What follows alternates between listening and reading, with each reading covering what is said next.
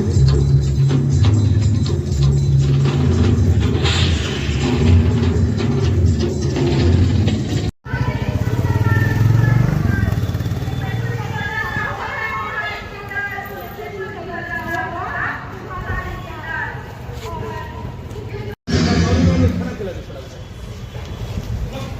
किनारे हो जाओ, तुम लोग किनारे हो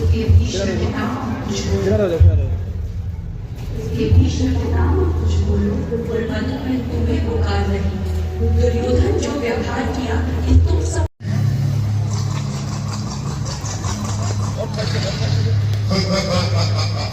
जाना हुआ है।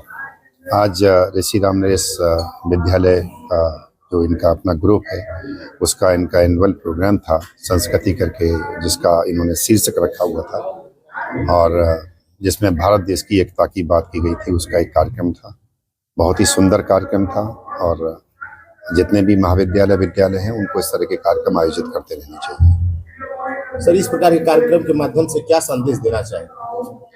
देखिए, जब भी कोई हम किसी शिक्षा के मंदिर की बात करें, चाहे वो प्राइमरी से लेकर के यूनिवर्सिटी तक का ही क्यों ना हो, उन मंदिरों का उद्देश्य सिर्फ शिक्षा देना नहीं होता है।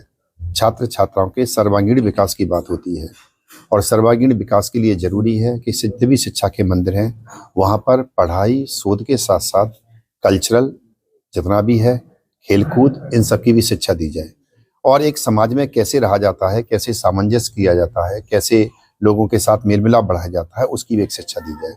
तो लिहाजा कोई भी शिक्षा का मंदिर क्यों ना हो, उसमें इस तरह के सांस्कृतिक कार्यक्रम मेरे हिसाब से 100% इम्पोर्टेंट है, जरूरी है और सभी संस्थाओं को इस तरह के कार्यक्रम करने चाहिए। नई शिक्षा नीति का कितना महत्व है इसमें?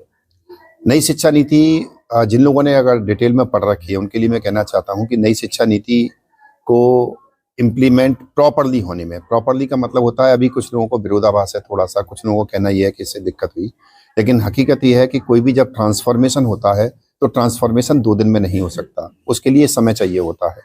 क्योंकि नई शिक्षा नीति के तहत जब पहला बच्चा प्रॉपरली पास आउट होकर निकलेगा, तो मैं हायर एजुकेशन की भी अगर मैं बात करता हूँ तो 4 साल के ग्रेजुएशन सिस्टम को लेकर के उसके बाद 1 साल का पीजी या 3 साल का ग्रेजुएशन 2 साल का पीजी की बात करें तो 5 साल तक वो पास आउट होने में लेगा।